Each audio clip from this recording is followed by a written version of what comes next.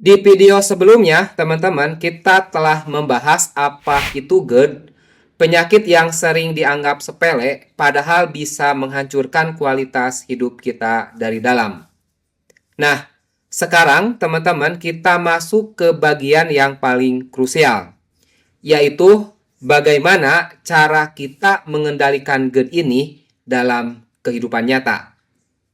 Bukan cuma teori, tetapi langkah-langkah konkret mulai dari pola makan, gaya hidup, bagaimana kita berobat secara medis, pengobatan herbal, bahkan sampai bagaimana kita bisa memanage pikiran kita. Dan saya sebagai mantan penderita GERD ingin menyampaikan pula bagaimana saya bisa lepas dari obat-obatan. Dan tentunya bersama penjelasan-penjelasan dari dokter-dokter yang pernah saya temui, yang tentunya mereka paham betul mengenai seluk-beluk penyakit ini. Kita akan bongkar bersama semua strategi pemulihan yang benar-benar dapat kamu praktikan. Yuk, kita mulai. You must learn to see. What exactly are you proposing? It's showtime! Here we go! Howard, are you sure you can fly this? Are you kidding? I'm a duck. I was born to fly. Strap in. Oh, move over!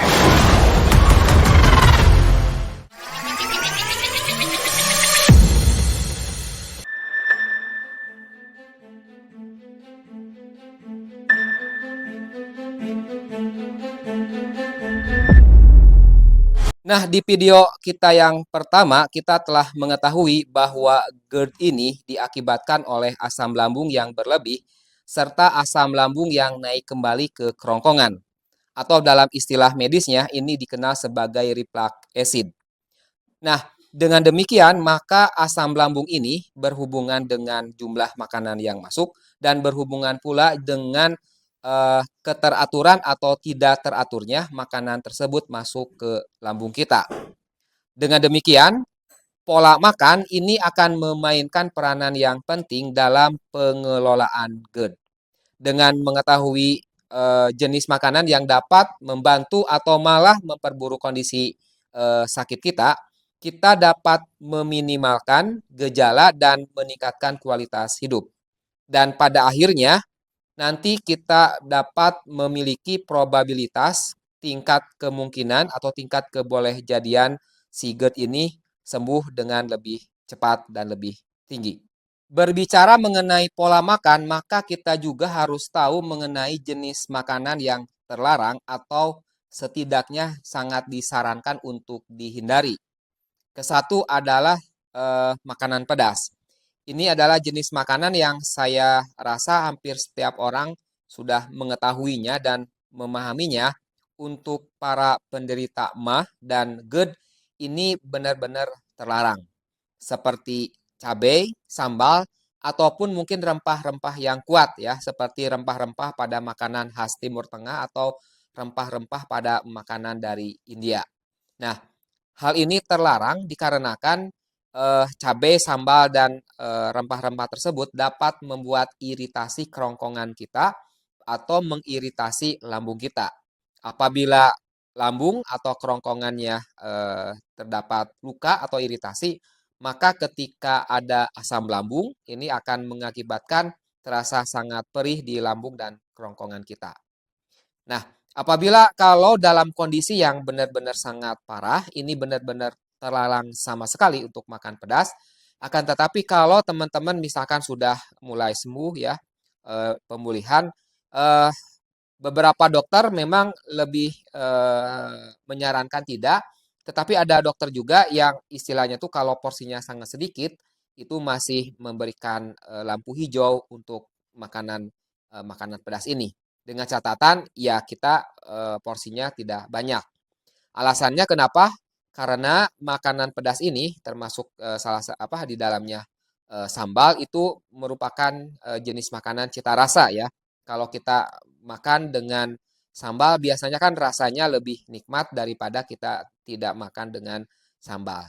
Dan perasaan nikmat ini kalau untuk para penyakit GERD ini dapat kuat atau mempercepat kesembuhan. Itu satu ya teman-teman adalah makanan pedas. Jadi para penderita MAH yang kronis, GERD yang lagi parah-parahnya dilarang memakan makanan pedas. Kedua adalah makanan berlemak. Ya contohnya seperti gorengan, fast food, santan gitu ya, atau makanan-makanan yang memang dibuat sedemikian rupa banyak mengandung lemaknya. Nah, makanan berlemak ini akan membuat proses pengosongan lambung ini menjadi lebih lambat. Kalau dari ilmu gizi kita mengetahui bahwa jenis makanan seperti protein dan lemak ini proses dicernanya itu lebih lama daripada makanan seperti karbohidrat ataupun kalau protein juga protein nabati itu lebih cepat. Jadi kalau protein hewani, lemak itu proses mencernanya lebih lama. Sehingga kalau kita banyak makanan yang berlemak, maka proses pencernaan makanan, artinya proses menggodok makanan kita di lambung kita, gitu ya, dengan asam lambung dan enzim-enzim lainnya itu akan semakin lama. Otomatis asam lambungnya juga kan bertahan di dalam lambung lebih lama, sehingga kemungkinan untuk reflux, asam lambung naik ke atas juga menjadi lebih lama. Itu adalah kedua ya, makanan berlemak. Nah, kalau bagi saya sendiri nih, kalau makanan pedas itu mungkin agak lebih kuat ya, tetapi dengan makanan berlemak, apalagi santan itu pengaruhnya tuh hampir cepat gitu ya. Makan beres udah gitu langsung kerasa. Berbeda mungkin dengan yang tadi makanan pedas. Makanan pedas kalau sudah sangat sering sekali makan pedas baru kerasa. Tetapi kalau makan santan ketika memang belum sembuh, satu kali makan santan juga udah kerasa begah ataupun mungkin perih karena asam lambungnya naik. Ketiga adalah coklat. Nah, coklat ini mengandung zat yang namanya theobromine. Nah, ini menyebabkan katup lambung atau les yang kemarin kita jelaskan itu lebih rileks ya. Pertama memang akan memperlambat pengosongan lambung ya karena kan di dalam coklat ada enzim-enzim yang lainnya juga termasuk lemak dan enzim-enzim lainnya yang membutuhkan pencernaan ya. Tetapi yang paling signifikan ini dia mengandung theobromine yaitu menyebabkan katup lambung kita lesnya itu rileks. Nah, kalau rileks kan berarti longgar. Nah, kalau longgar berarti asam lambungnya kemungkinan naik ke atas itu lebih cepat. Nah, apalagi kalau kondisi gini, setelah makan kita tidur, lalu sebelumnya tuh kita makan coklat gitu ya. Harusnya kan kalau makan coklat itu kita lebih terjaga ya karena seperti kopi. Tetapi ada kalanya juga ketika telah makan karena makannya terlalu banyak, makan coklat juga kita tetap ngantuk. Nah, akibatnya udah tidur lalu tertekan perut kita, asam lambungnya naik, lalu plus klepnya juga longgar. Ya udah itu membuat GERD-nya akan semakin parah. Keempat ya adalah minuman berkafein. Termasuk jadi dalamnya kopi juga ya, teh juga atau minuman energi. Plus ya berhubungan dengan dengan kafein ini adalah minuman instan gitu ya tadi ya, minuman energi. Nah, ini juga melemahkan fungsi les hampir seperti tadi ya yang coklat. Jadi minuman kafein ini akan melemahkan fungsi lesnya menjadi lebih longgar sehingga lebih mudah reflux terjadi. Lalu kelima adalah alkohol dan rokok. Nah, ini alkohol dan rokok ini akan benar-benar meningkatkan asam lambung dan sekaligus melemahkan les ya. Jadi asam lambung menjadi tambah banyak, lalu si katupnya juga, lesnya juga semakin melemah, yaitu 11, 12 gitu ya, udah tertimba udah dapat musibah tertimba tangga lagi gitu ya. Jadi resiko GERD-nya semakin parah. Oke, selanjutnya jenis makanan apa yang disarankan ya atau direkomendasikan? Karena tadi kita telah menjelaskan makanan-makanan yang terlarang Sekarang kita bicara makanan yang disarankan ya, jangan sampai ini dilarang, itu dilarang ya. Kita harus tahu juga makanan yang disarankan untuk para penderita GERD. Satu adalah oatmeal ya. Ini makanan yang tentunya pasti tinggi serat, mudah dicerna, bahkan dapat menyerap kelebihan asam lambung ya. Karena oatmeal ini cukup bagus untuk para penderita GERD. Kedua adalah pisang ya. Pisang itu bersifat basa selain memang mengandung berbagai macam enzim ya untuk tubuh serta vitamin seperti potasium gitu ya, magnesium. Maka pisang ini kelebihannya selain tadi adalah bersifat basa. Ini dapat membantu menetralisir asam lambung. Ketiga adalah sayuran hijau seperti bayam, brokoli, selada ya, rendah asam dan kaya nutrisi. Terutama nih brokoli, brokoli itu digadang-gadang kata orang itu ada beberapa zat yang terkandung dalam brokoli yang mampu meningkatkan fungsi si les tadi. Dan saya pun ketika sakit ini benar-benar brokoli ini hampir setiap hari ya karena tahu harus makan brokoli jadi ya sering hampir tiap hari itu selalu menyediakan sayuran hijaunya berupa brokoli. Keempat, protein rendah lemak ya, bisa ayam tanpa kulit, ikan, tahu. Jadi utamakan kalaupun proteinnya protein hewani, kalau protein nabati pasti kan aman lah. Kenapa? Karena tidak berat juga ya dicernanya karena kan protein nabati plus juga lemaknya rendah. Jadi bisa kalau hewaninya ayam tanpa kulit, ikan itu ya. Kalaupun nabatinya bisa tahu tempe. Nah, ini minim lemak, mudah dicerna. Lalu terakhir adalah alpukat nih. Alpukat ini lemak sehat, tidak memicu reflux ya. Ini plus kayak antioksidan dan serat. Oke, jadi itu teman-teman makanan-makanan yang direkomendasikan ya selain memang dapat menurunkan tingkat keasaman lambung kita, tetapi memiliki juga kandungan-kandungan zat yang bermanfaat seperti vitamin ataupun zat-zat yang dapat membantu istilahnya itu kestabilan, kenormalan metabolisme kita ya seperti dalam alpukat, pisang ataupun pada sayuran hijau.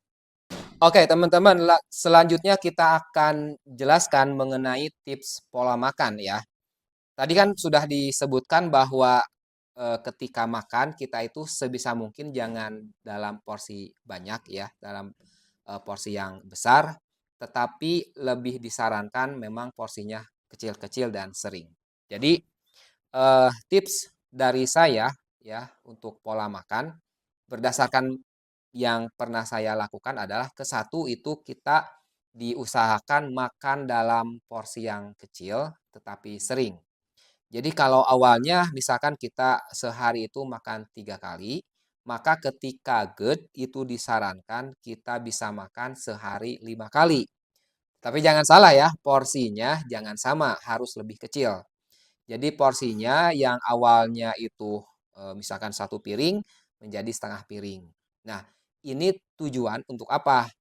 Ingat bahwa GERD itu kan berhubungan dengan asam lambung ya. Asam lambung yang berlebih lalu asam lambung yang naik ke kerongkongan. Maka kalau kita makannya dengan porsi kecil, maka jumlahnya asam lambung yang keluar ketika kita makan itu akan lebih sedikit juga. Nah, untuk mencukupi masukan ya, mencukupi nutrisi, maka yang awalnya kita itu makan 3 kali ya, baik itu total porsinya, baik itu total karbohidrat, protein gitu ya, mineral, vitamin dan lain-lain, kita ubah menjadi 5 kali. Tetapi jumlahnya sedikit-sedikit. Dan rentangnya bisa saja misalkan kalau awalnya kita 4 jam sekali gitu, ini menjadi misalkan 2 jam setengah atau 3 jam sekali. Nah, makan dalam porsi kecil tapi sering ini akan membantu mencegah kambung terisi penuh dan akan membantu makanan cepat dicerna, artinya cepat keluar dari lambung masuk ke usus. Nah, Dengan demikian maka si refluksnya itu akan semakin terbatas atau terkurangi gitu ya. Itu satu. Kedua, hindari makan ini teman-teman 2 atau 3 jam sebelum tidur. Jadi harus dibiasakan makan itu jangan, khususnya makan malam gitu ya, jangan terlalu malam. Dibiasakan misalkan jam 6, jam 5, bahkan maksimum itu jam 7 sudah beres makan. Supaya 2 jam atau 3 jam kemudian lambung kita itu udah kosong. Kalau sudah kosong kita bisa tidur dengan nyenyak dan, resiko untuk naiknya asam lambung menjadi lebih sedikit, ya. Nah, selain itu di kehidupan yang, selain malam juga ya, siang ataupun pagi, makannya sama, setelah makan itu jangan tidur ya. Biasanya kan kadang gitu ya, udah makan tidur. Baik itu pagi hari atau siang hari. Nah, ini kebiasaan yang salah.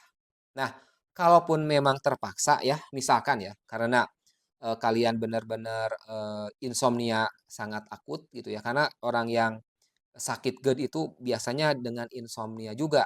Biasanya mereka bisa tidurnya mulai dari, pagi gitu ya, jam 7 atau sampai siang. Nah, ini berarti bagaimana caranya? Nah, supaya asam lambungnya tidak naik, maka ya kalau memang harus tidur, berarti tidurnya itu jangan terlentang.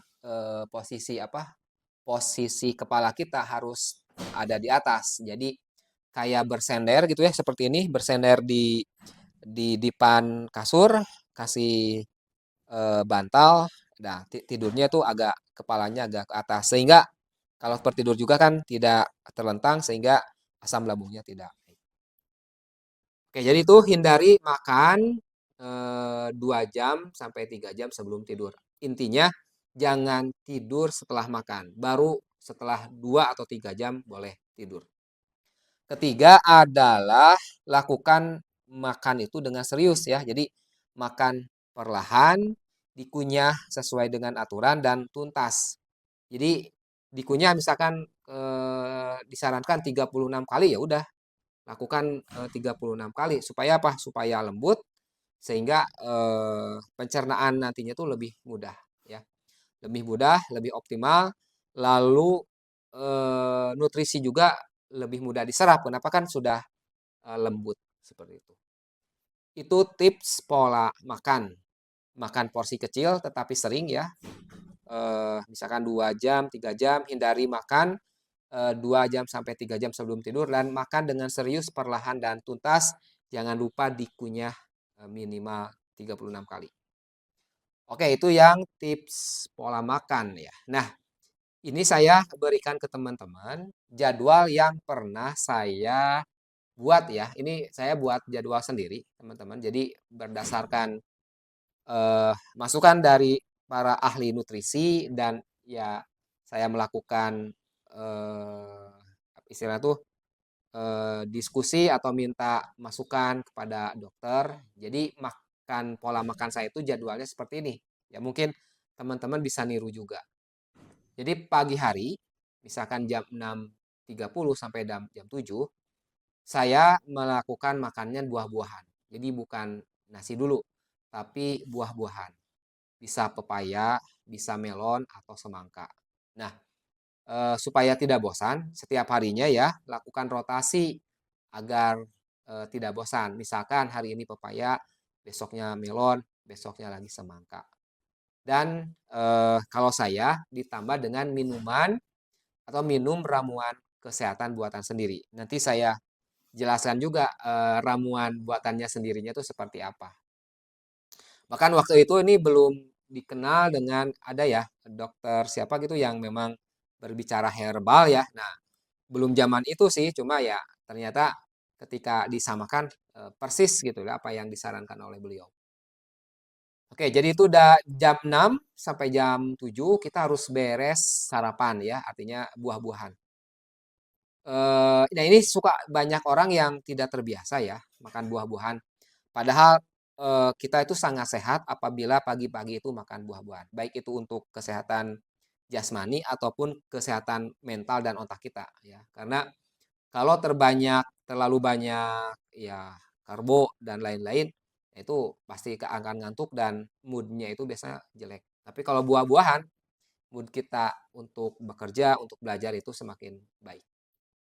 Oke, itu jam pertama ya. Lalu nanti dari jam 6.30 sampai jam 7 jeda 2 jam lagi. Nah, jam 9 saya baru makan oatmeal ya. Oatmeal plus air putih. Usahakan oatmealnya ya jangan terlalu banyak juga ya.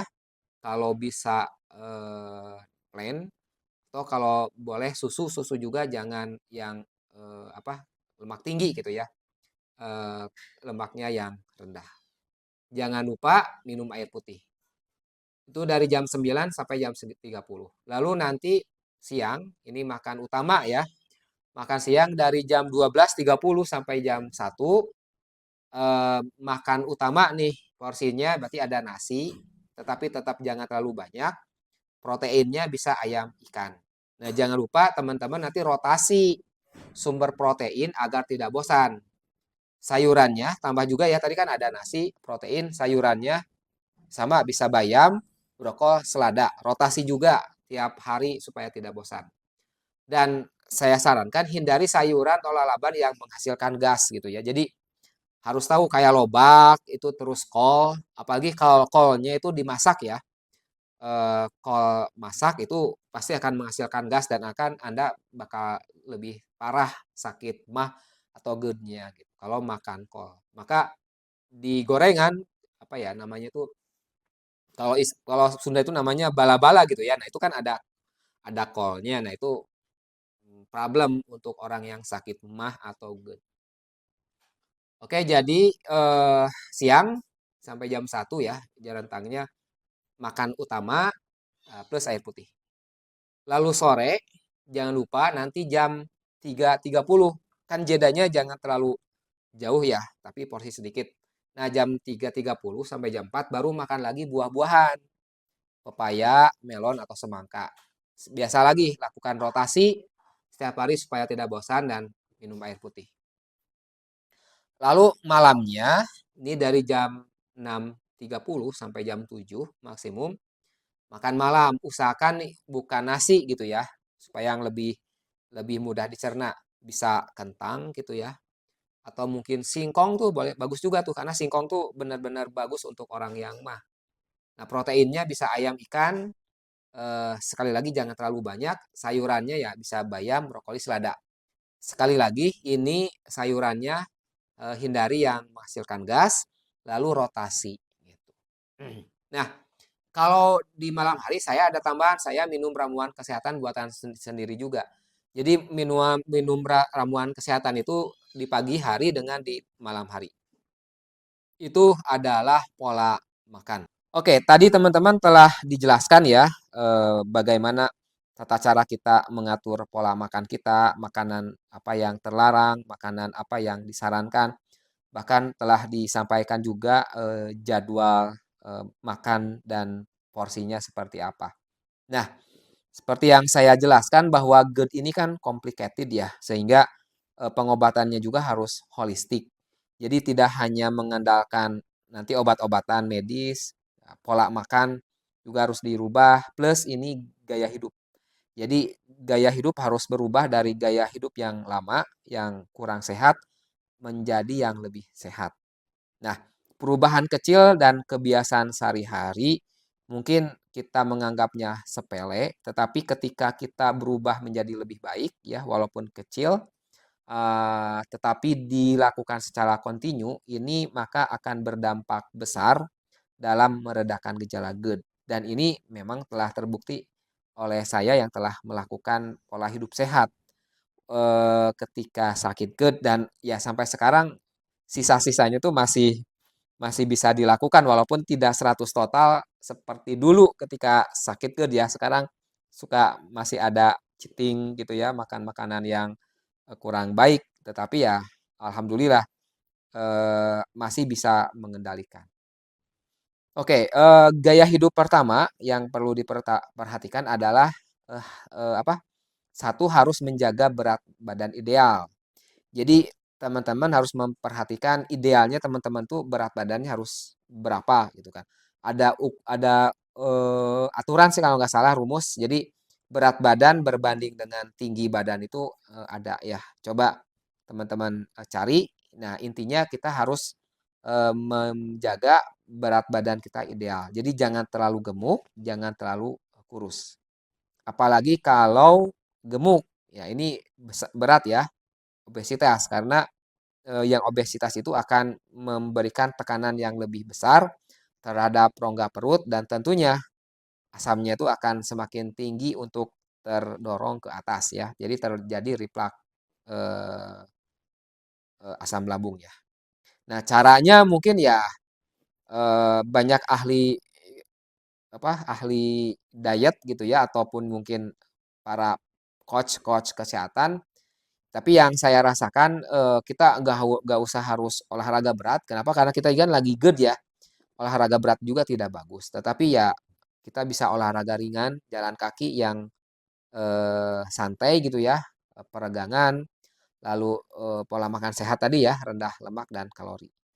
Nah, nanti olahraganya juga akan kita coba jelaskan ya. Tetapi yang jelas jagalah berat badan ideal. Bahkan ada cerita lucu nih kalau saya. Kalau berat badan saya sudah di atas 70 ya, 75, 80, biasanya saya langsung sakit. Jadi kayak ada alarm. Jadi sakit, lalu berat badannya turun. Nah, setelah berat badannya masuk di tataran normal, nah baru sembuh lagi gitu.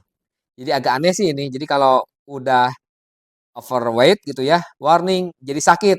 Sakit kan, jadi kurus lagi. Oke, kedua adalah berhenti merokok. Ini harus total. Orang yang kena GERD harus benar-benar berhenti merokok. Kenapa penting? Jadi tadi seperti yang saya sebutkan, alkohol dan rokok ini akan melemahkan katup esofagus bawah atau les. Ya, caranya berhenti merokok mungkin ya teman-teman harus konsultasi dengan profesional ya. Yang orang punya pengalaman bagaimana mereka bisa berhenti merokok dan berhenti dari alkohol.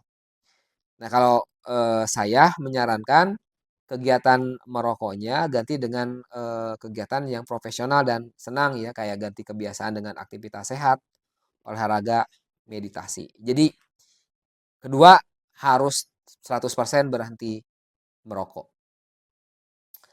Oke, ketiga pola hidup sehat, posisi tidur yang tepat. Kenapa? Karena ini penting ya. Tidur dengan posisi yang salah bisa memicu reflux ya, bisa memicu asam lambung naik. Apalagi kalau tidurnya itu tengkurap gini ya, kepalanya itu bawah, itu pasti terjadi reflux. Ini juga kalau berbaring menghadap ke atas juga itu kurang disarankan, tetapi lebih baik daripada kita tengkurap, kalau bisa kita menghadap ke sebelah kanan ya. Supaya apa? Supaya eee, lambungnya itu benar-benar tidak membebani ya. Oke, tingkatkan kepala saat tidur tadi ya, kalau memang diperlukan kepalanya itu harus lebih tinggi, pakai bantal dan lain-lain lah. Hindari berbaring setelah makan malam, itu tadi dijelaskan ketika tips untuk makan juga. Keempat, ini selain posisi tidur yang tepat, manajemen stres. Nah, kenapa penting? Stres itu kan memengaruhi pencernaan dan memperparah GERD. Nah, jadi sebenarnya salah satu faktor utama orang terkena MAH atau GERD itu adalah stresnya itu berkelanjutan ya, tidak pernah rilis, terus menerus sehingga tadi sakit MAH, GERD, bahkan bisa juga mengakibatkan sakit yang lebih berbahaya ya seperti jantung dan mungkin tekanan darah tinggi. Nah, caranya seperti apa nih manajemen stres? Mungkin kalau yang orang sudah terbiasa gitu ya kayak meditasi, melakukan pernapasan dalam ya, ataupun juga yoga.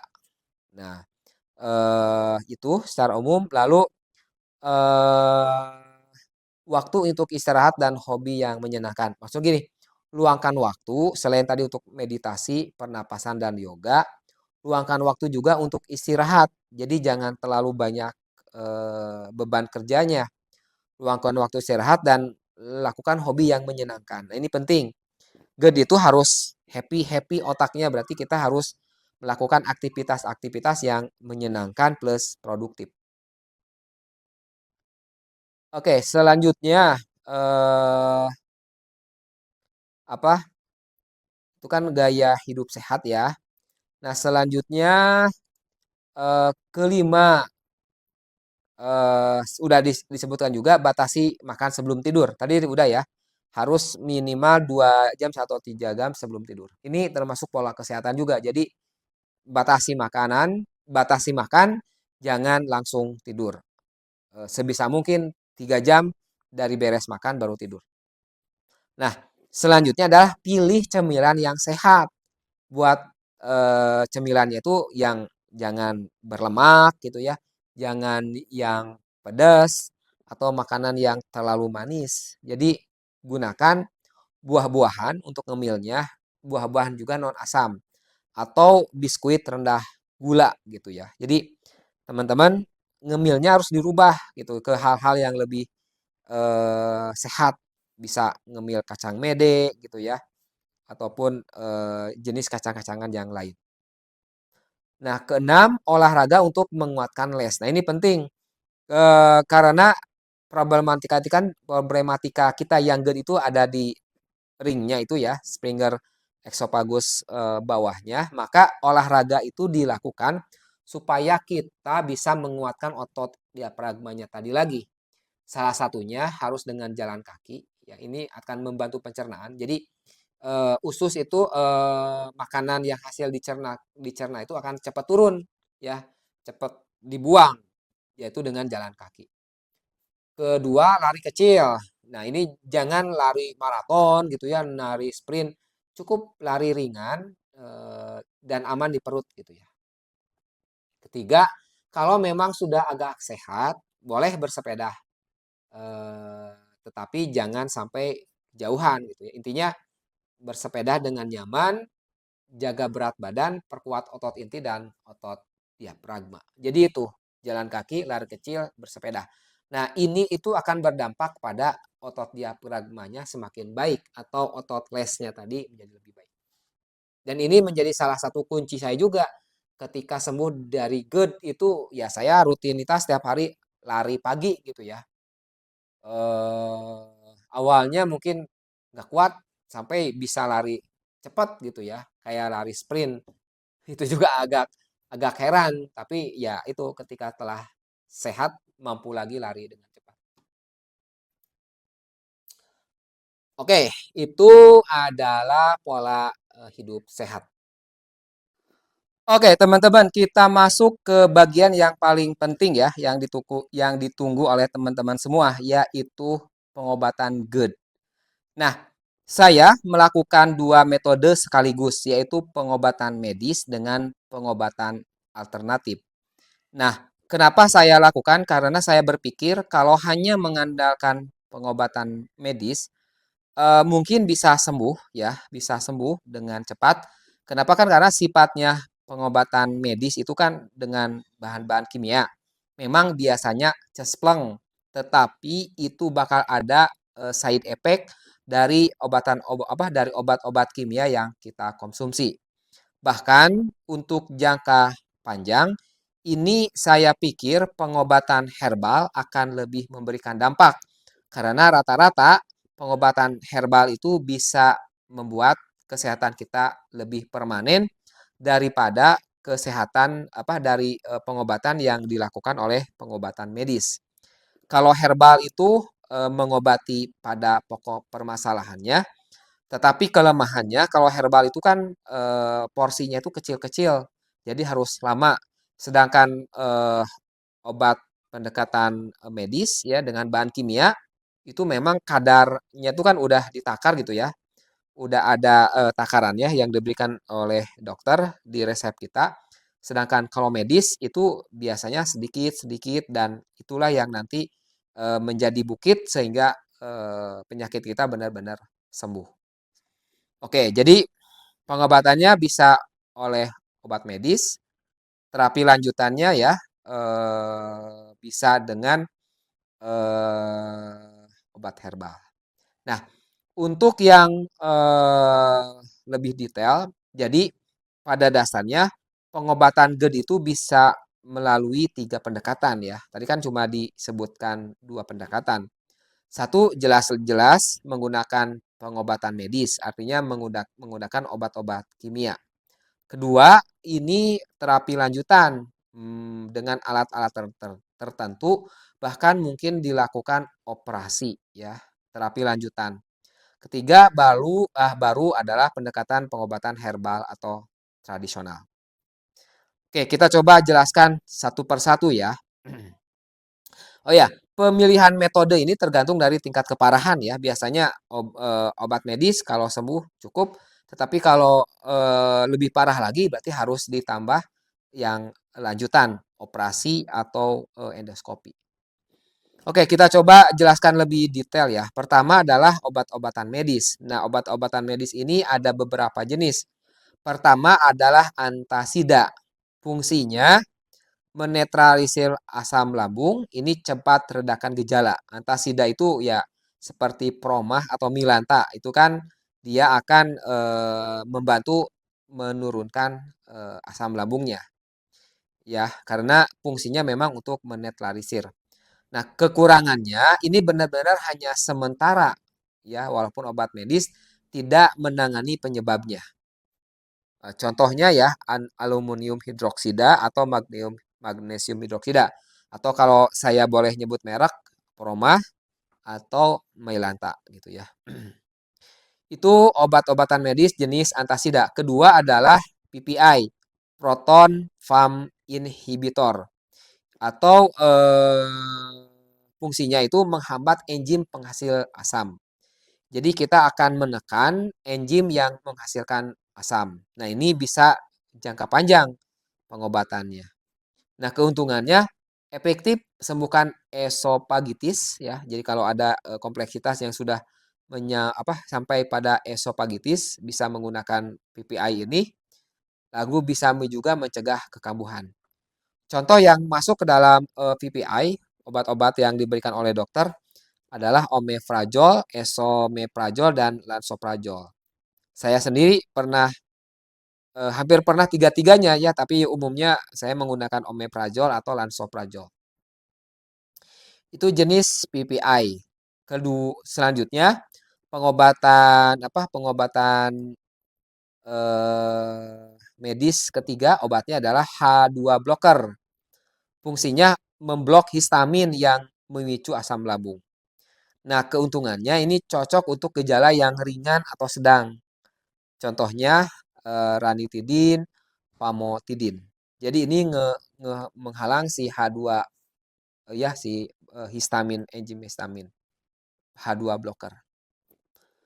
Oke, selanjutnya adalah terapi medis lanjutan. Jadi kalau antasida tidak mempan, proton pump tidak mempan, H2 blocker tidak mempan, maka kita masuk ke terapi medis selanjutnya. Salah satunya operasi pundoplikasi ya. Untuk GERD yang parah atau komplikasi menjadi baret esofagus akan dilakukan operasi lanjutan ini. Atau menguatkan les itu ya. Dioperasi kayak mungkin dijahit atau apalah supaya lebih kuat dengan membungkus bagian atas lambung ke esofagus. Ini sih intinya melakukan operasi untuk menguatkan les. Tapi detailnya ya teman-teman tanya ke dokter ahli ya seperti apa. Tapi itu ada kemungkinan bisa dilakukan penguatan les gitu. Jadi sejenis operasi ya menguatkan memperbaiki baret esofagus atau menguatkan les. Terapi medis selanjutnya adalah endoskopi. Ini benar-benar minim invasif. Jadi menggunakan radiofrekuensi atau injeksi untuk memperkuat les. Dan waktu pemulihan juga lebih cepat dibanding dengan operasi. Karena endoskopi itu kan kayak alat masuk ke dalam mulut, kerongkongan, lalu ke usus. Nah, Operasinya tuh kayak operasi dari dalam gitu ya. Sambil dia juga mengecek, melihat, merongsen kondisi lambung kita, kondisi usus kita, kondisi esofagus kita tuh seperti apa. Oke, itu pengobatan medis ya, dari mulai pengobatan biasa, lalu pengobatan dengan eh, penggunaan jenis-jenis penghambat penghambat H2 gitu ya, pendapat H2, lalu ada H2 blocker, ada juga nanti terapi medis dan endoskopi. Nah, selanjutnya adalah yang saya sampaikan juga, saya melakukan pengobatan tradisional. Nah, ini digunakan sebagai pendukung teman-teman ya. Jadi kalau GERD itu mau tak mau teman-teman harus tetap melaksanakan pengobatan medisnya plus ditambah dengan pengobatan tradisional atau pendukung. Nah, pengobatan tradisional ada beberapa jenis herbal yang disarankan. Satu yang paling mujarab, lidah buaya ya. Lidah buaya sejenis tanaman berlendir. Nah, ini bakal banyak membantu kadar keasaman. Ya, ini lidah buaya ini menenangkan plus mengurangi peradangan. Lalu jahe, ya ini jahe merah kalau saya ini akan mengurangi mual dan bantu pengosongan lambung. Ketiga, kunyit ya, khususnya kunyit putih kalau saya ini antiinflamasi dan melindungi dinding-dinding lambung. Keempat, chamomile ya, ini relaksasi dan bantu pencernaan kayak sejenis tumbuh-tumbuhan. Lalu madu, ini penting juga melindungi kerongkongan dari iritasi dan melindungi juga lambung kita. Nah, pemilihan madu ini harus hati-hati. Kenapa? Karena madu itu ada madu asli, ada madu yang palsu, ada madu murni, dan ada madu tidak murni. Kalau yang murni biasanya asli, tetapi yang asli belum tentu murni. Nah, kenapa begitu? Jadi gini, madu itu ada yang diternak.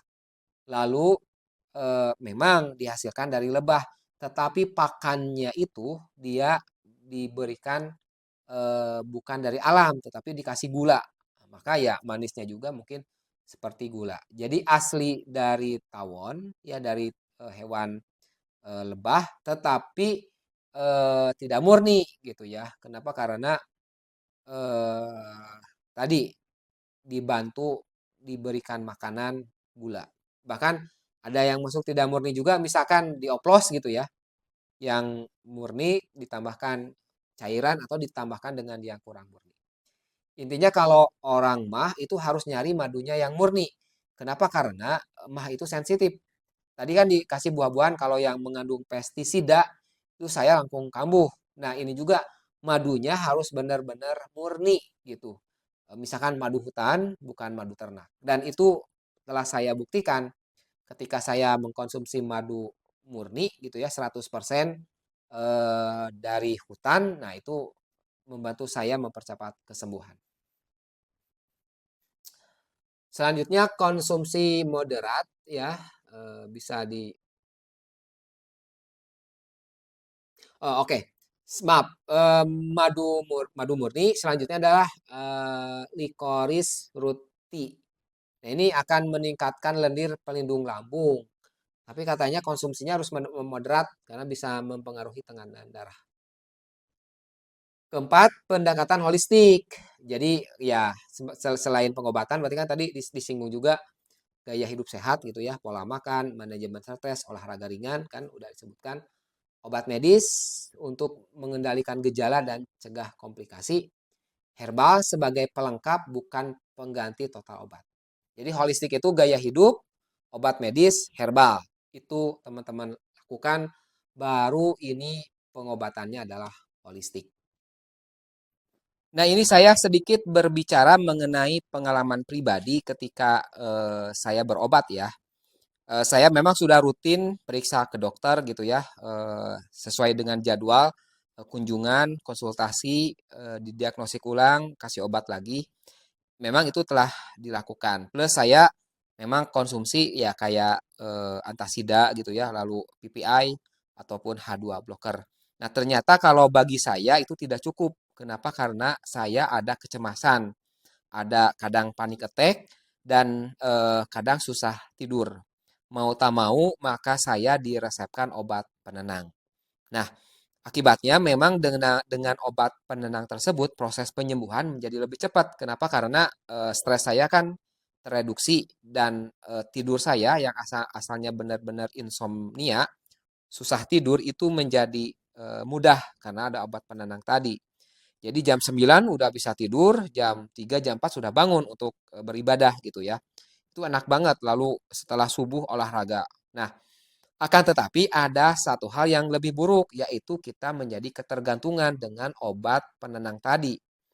Saya berpikir nggak ada mendingnya gitu ya. Saya sembuh dari GERD, tetapi saya memiliki ketergantungan terhadap obat penenang. Artinya ya kayak cuma berganti problem saja gitu. Akhirnya saya konsultasi dan berpikir melakukan upaya bagaimana saya bisa sembuh dari ketergantungan obat-obat penenang tadi gitu ya. Walaupun memang diresepkan dari dokter, tapi itu benar-benar parah kalau saya tidak mengkonsumsi sekali aja itu terlewatkan, badan itu benar-benar kayak mungkin orang yang sering mengkonsumsi narkoba itu ini ya, jadi kayak apa ketagihan atau kayak kayak sakau. Nah, mungkin ini derajatnya lebih rendah.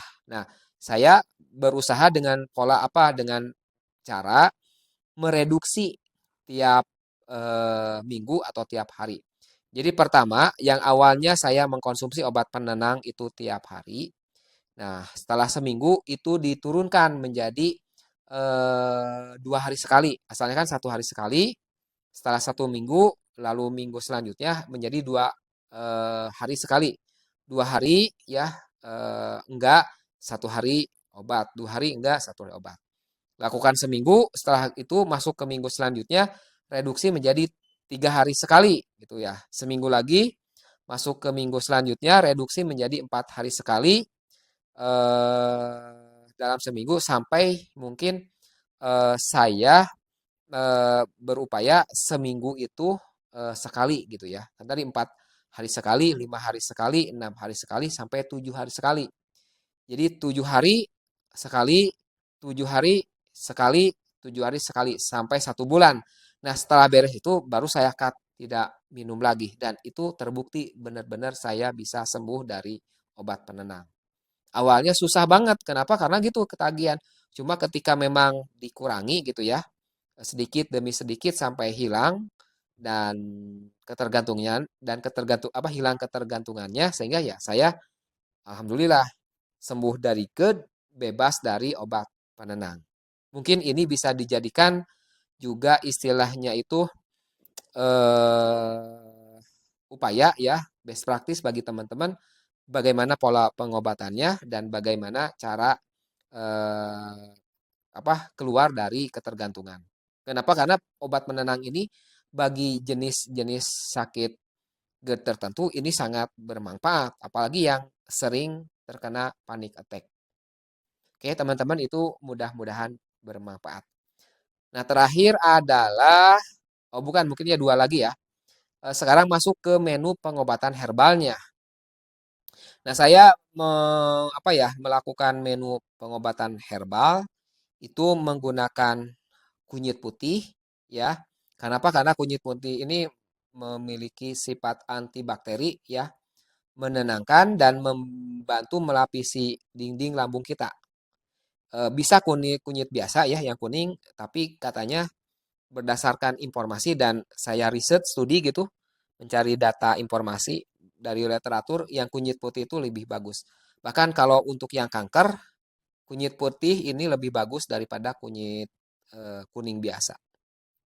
Nah, cara buatnya banyak lah ya. Resep-resepnya sebenarnya sih bisa browsing ya. Teman-teman bisa cari.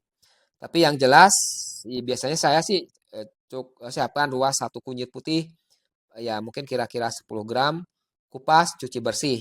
Nah, bisa diparut atau blender, airnya diperas. Ingat ya, airnya harus diperas. Kenapa? Karena ini biasanya dedaknya berbahaya tuh, bisa ke ginjal gitu. Jadi diparut, diperas, baru akhir perasannya diminum.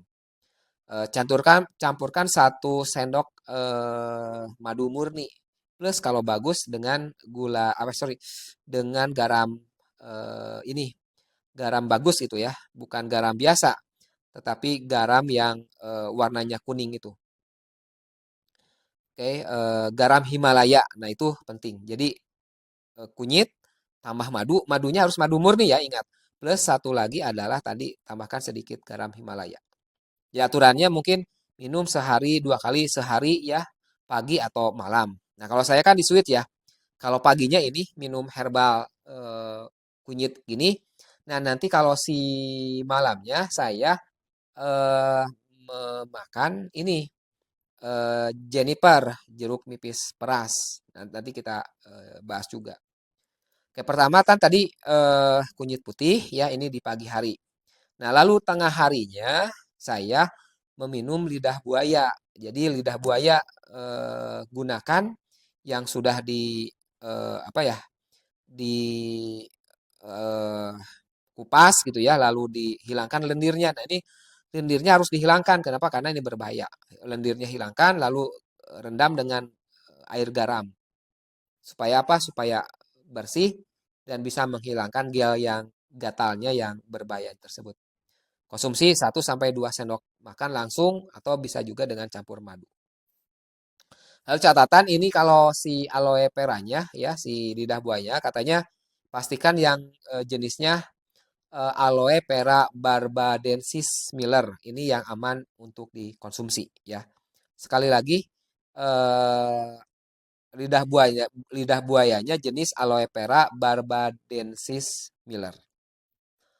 Oke, lalu untuk herbal malam harinya sebelum tidur, saya tadi ya namanya itu Jennifer, singkatan dari jeruk nipis peras atau mungkin jeruk lemon peras. Nah, ini agak aneh. Kok sakit GERD, kan nggak boleh asam, tapi ini makan jeruk. Nah, ternyata ini beda ya teman-teman. Jeruk nipis peras itu kayak antioksidan, kayak vitamin, ini bantu menetralkan racun dan menyeimbangkan pH lambung. Nah, aneh kan? Tapi ini benar-benar butuh kita istilah tuh eh, pola pikir yang benar. Karena kan rata-rata orang berpikir, wah ini takut nih asam, maka stres tambah asam. Jadi harus mindsetnya lebih bagus bahwa jeruk nipis ini nanti justru memiliki kemampuan untuk menyeimbangkan pH lambung. Nah, kalau saya tadi ya jeruk nipis, peras, jeruk lemon yang bagus, tambah garam Himalaya, tambah madu. Wah, ini enak banget dan sehat banget ya. Caranya ya silakan teman-teman browsing gini ya, misalkan apakah butuh 1 jeruk nipis, tambah 200 ml air hangat, seperempat sendok garam Himalaya, 1 sendok madu. Ya kalau saya seperti itu sih. Aduk rata dengan adukan kayu ya, bukan logam.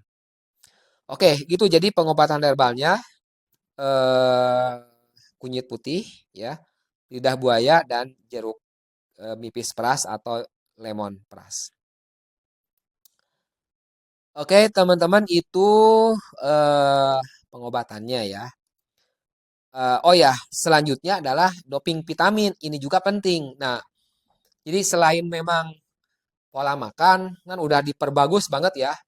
Makannya wah udah yang berkualitas, lalu pengobatan medis, pengobatan herbal plus doping vitamin. Nah, ini penting sekali bagi orang yang GERD vitamin. Kenapa? Karena vitamin ini akan meningkatkan daya tubuh ya, daya tahan tubuh terhadap stres khususnya. Jadi stres berlebih dapat memperburuk gejala GERD.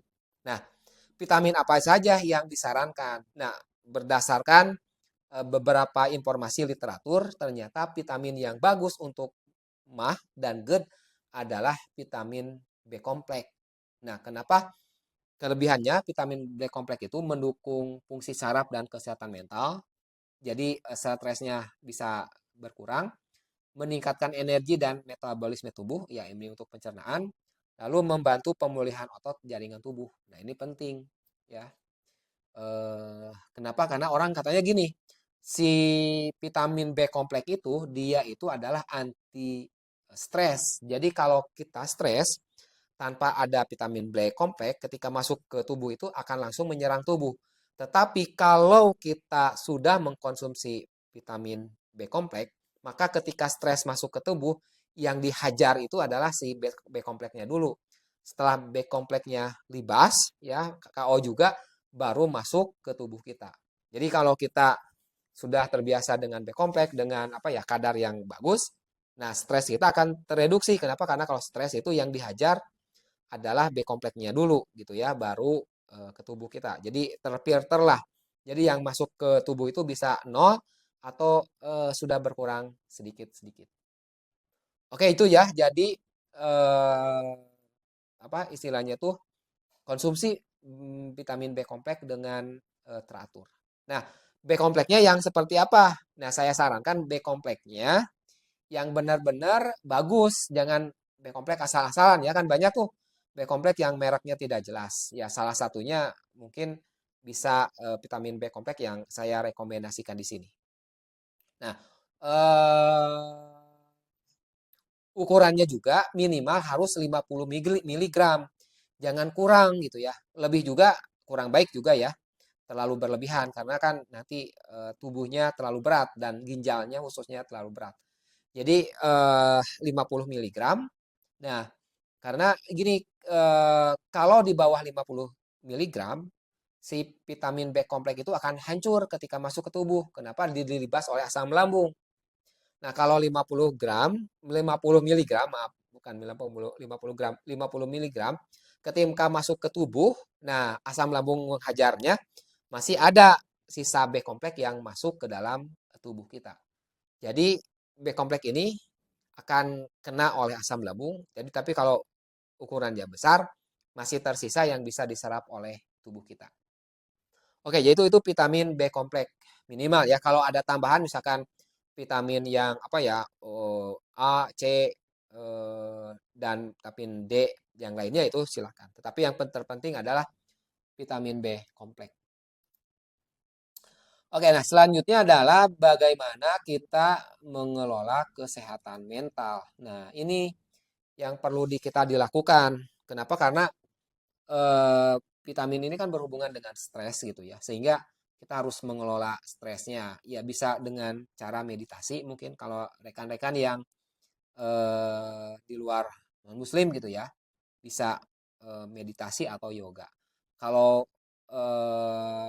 meditasi itu banyak ya gerakan-gerakan yang bisa ditiru oleh teman-teman gitu ya. Salah satunya kalau saya biasanya melakukan pernapasan dalam ya, teknik pernapasan, tapi bukan teknik pernapasan dalam untuk apa ya, untuk jawara gitu ya, untuk bertarung, tapi ini teknik pernapasan untuk kesehatan. Contohnya adalah tarik napasnya lewat hidung gitu ya dan mengembuskan lewat mulut. Bahkan ada yang sampai gini, tarik napas misalkan 1 menit, tahan napas 1 menit, keluarkan napas 1 menit. Jadi triangle gitu. Tarik, tahan, lepas. Nah, masing-masing misalkan 1 menit. Kalau bisa ditingkatkan misalkan 2 menit, boleh 3 menit sampai kuat. Tapi yang jelas gitu harus narik napas di hidung sampai lidahnya tuh dinaikkan ke atas nih. Nah gitu, narik napasnya lewat hidung, lalu tahan, lalu hembuskan lagi lewat lewat mulut. Jadi tarik napas lewat hidung, hembuskan lewat mulut. Nah, ini akan menurunkan detak jantung dan kecemasan. Selain meditasi atau yoga, aktivitas menyenangkan. Jadi lakukanlah yang menyenangkan, misalkan nonton film, membaca, mendengarkan musik, berkebun. Nah, ini penting. Yang GERD itu benar-benar harus terbebas dari stres. Selain itu, mungkin kalau untuk muslim seperti saya berarti ya teman-teman harus lebih mendekatkan diri kepada Sang Maha Pencipta gitu ya. Sholat 5 waktunya diperbaiki, sholat sunatnya ditambahkan, plus mungkin bisa dilengkapi dengan tahajud. Oke, teman-teman sepertinya pembahasannya cukup untuk tips dan trik mengenai cerita saya bisa lepas dari GERD ini.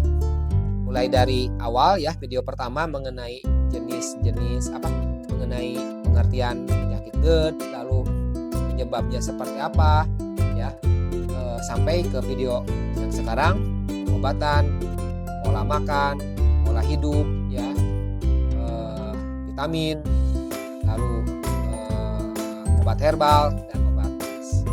Oke teman-teman, mudah-mudahan bermanfaat ya. Kalau ada yang ditanyakan silakan teman-teman tulis di kolom komentar. Jangan lupa untuk share dan subscribe, serta jangan lupa kasih like ya. Kalau ada yang kurang mengerti banget, misalkan ada yang salah ya, yang saya jelaskan maklum karena saya bukan dokter, silakan diluruskan di kolom diskusi. Thank you sekali lagi, terima kasih, salam sehat, bye bye.